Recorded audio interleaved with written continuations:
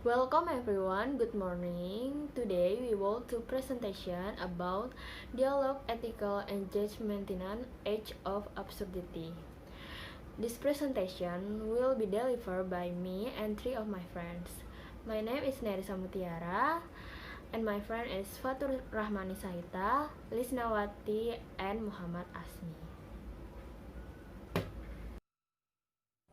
The clearest description of Albert Camus' absurdity can be found in the first cycle of his work, including the plays Misunderstanding, philosophical essays, The Myth of Sisyphus, the novel Strangers, and the play Caligula.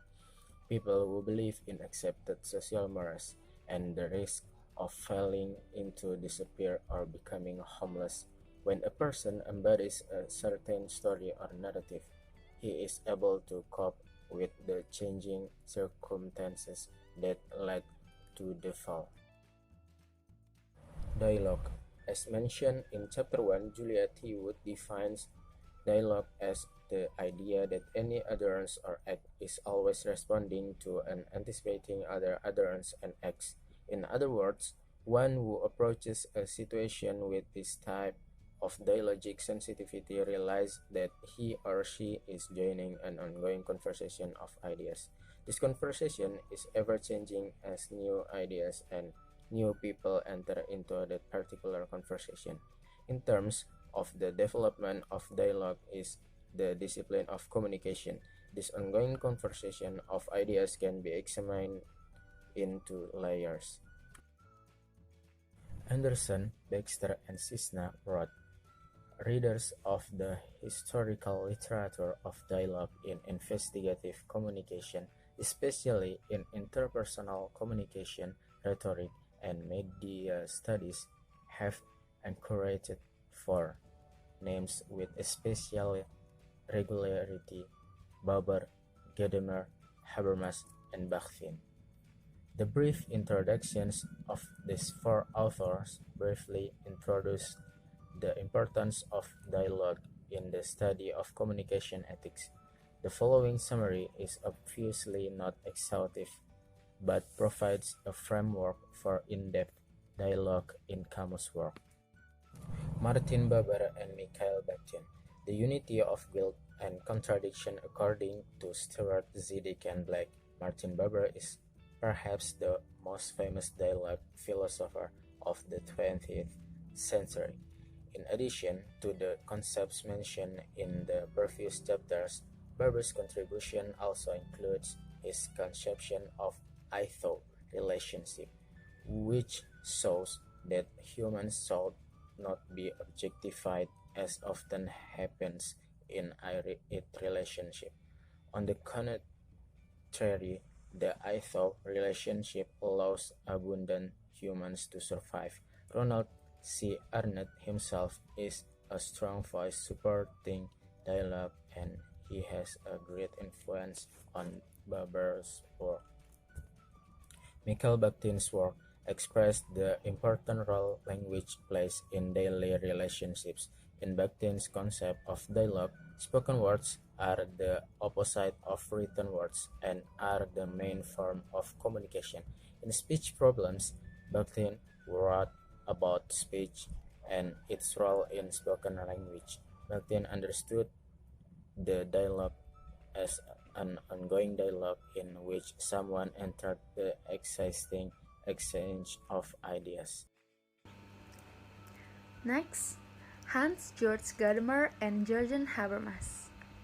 At the heart of Gadamer's work is the feeling that meaning is constructed through dialogue. Gadamer doesn't support the idea that there are formulas or techniques that can be used in conversation to achieve certain results. The previous discussion of Bakhtin's understanding of the ongoing conversation points to the relationship between Gadamer and Bakhtin.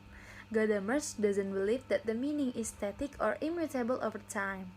In attempt to respond to certain historical moments, it may be necessary to adapt or change previously used belief in the truth or reality of certain situations, just as Camus extends his understanding of absurdity to rebellion.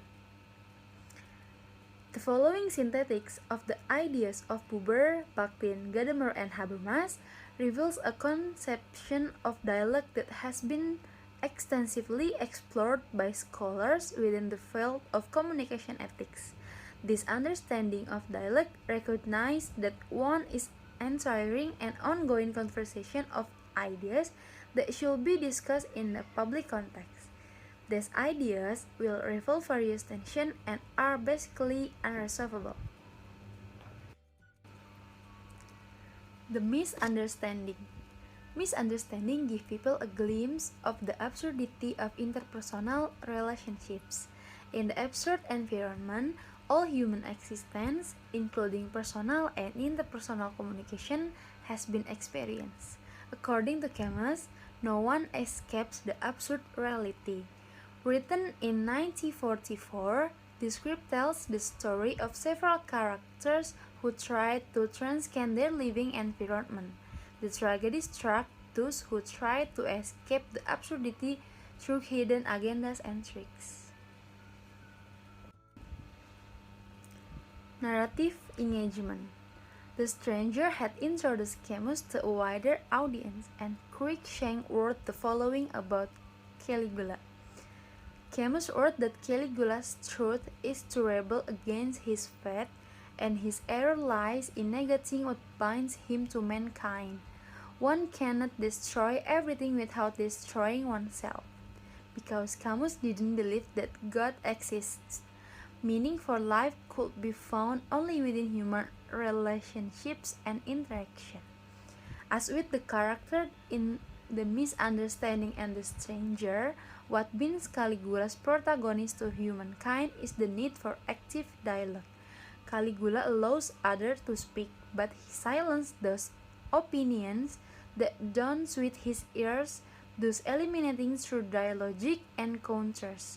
Caligula also acts without considering the potential consequence of his action. Camus intends the play to speak to the concern of the author's own historical moment, as well as to illustrate his understanding of the absurd, and the emergence of the absurd in Caligula is partly intended to illustrate the absurdity of the 20th century totalitarian regimes that Camus spent much of his professional life combating. In the play, Caligula states Camus said, "I have resolved to be logical, and I have the power of enforce my will." The emperor repeatedly exploited his position in order to force thus under his command and control, and this unlimited power allows him to see his vision of a logical world play out before his very eyes. Unfortunately, he recognized too late that this particular vision will end with his own death. This play, like the novel The Stranger, focuses primarily upon the action of one person.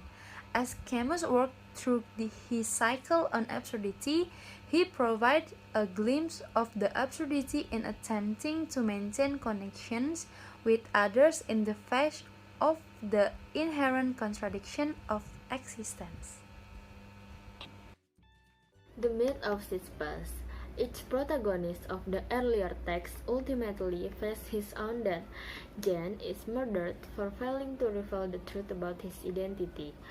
Meursault is executed for his truth-telling, and Caligula is assassinated for his abuse of power.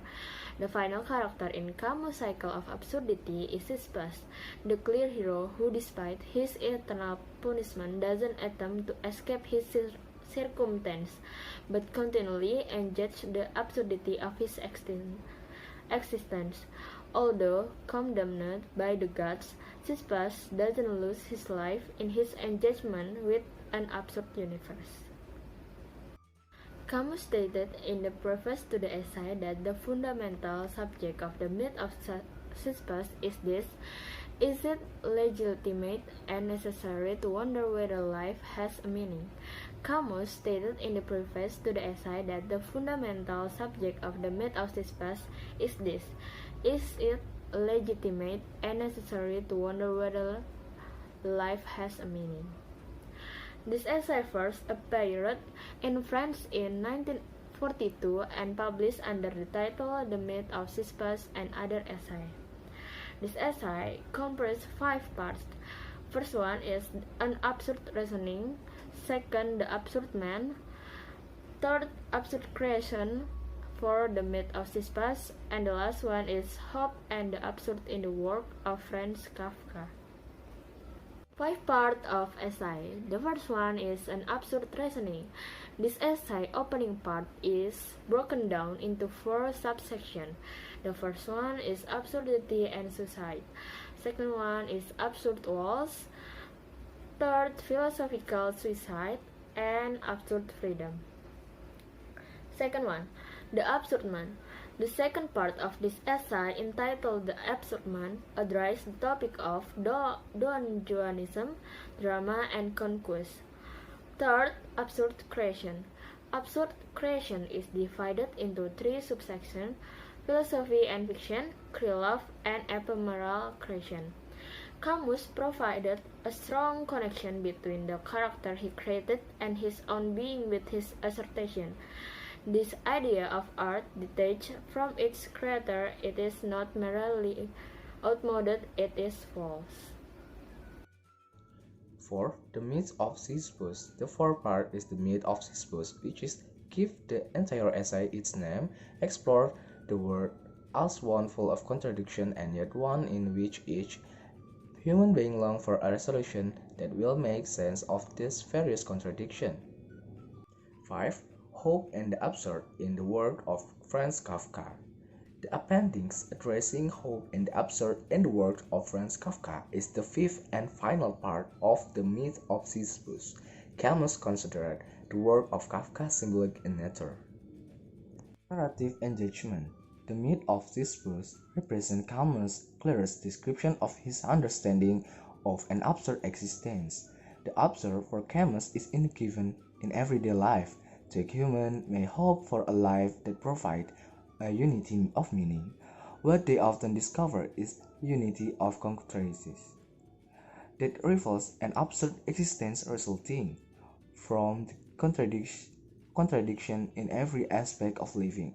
In November 1942, Camus wrote in an entry in his notebook, "Development of the absurd. First, if the basic concern is the need for unity. Second, if the word or God cannot suffice." Dialogue in an Age of Absurdity. Camus' philosophy of communication ethic. Camus' work provides a sense of what it means to be situated within an absurd moment in history. For Camus, absurdity was existential reality. The following metaphor provides a picture of how Camus' work can provide assistance in the recognition, response, and acknowledgement of consequence in Age of Absurdity. Recognizing the absurd circumstance of a given historical moment called absurdity to one's attention, thus creating the sense that one is the stranger to one's own existence. Response. There is 3 represent existential ethical response available in the midst of absurdity. It is an absurd response, and acknowledgement of consequence, positive and negative consequence. Conclusion. Camus was certainly not the only author concerned with absurdity or dialogue, but his unique contribution to the theory of communication ethics comes through his conception of dialogue, which is allow one to work from a position of embedded rebellion and point toward an answer to the fall. Within this world of absurdity, an opportunity for rebellion can serve as a rhetorical interruption, and absurdity does not allow one to remain inactive. One must choose the edge in spite of the absurd circumstance, or be defeated by the very opportunities that absurdity provides.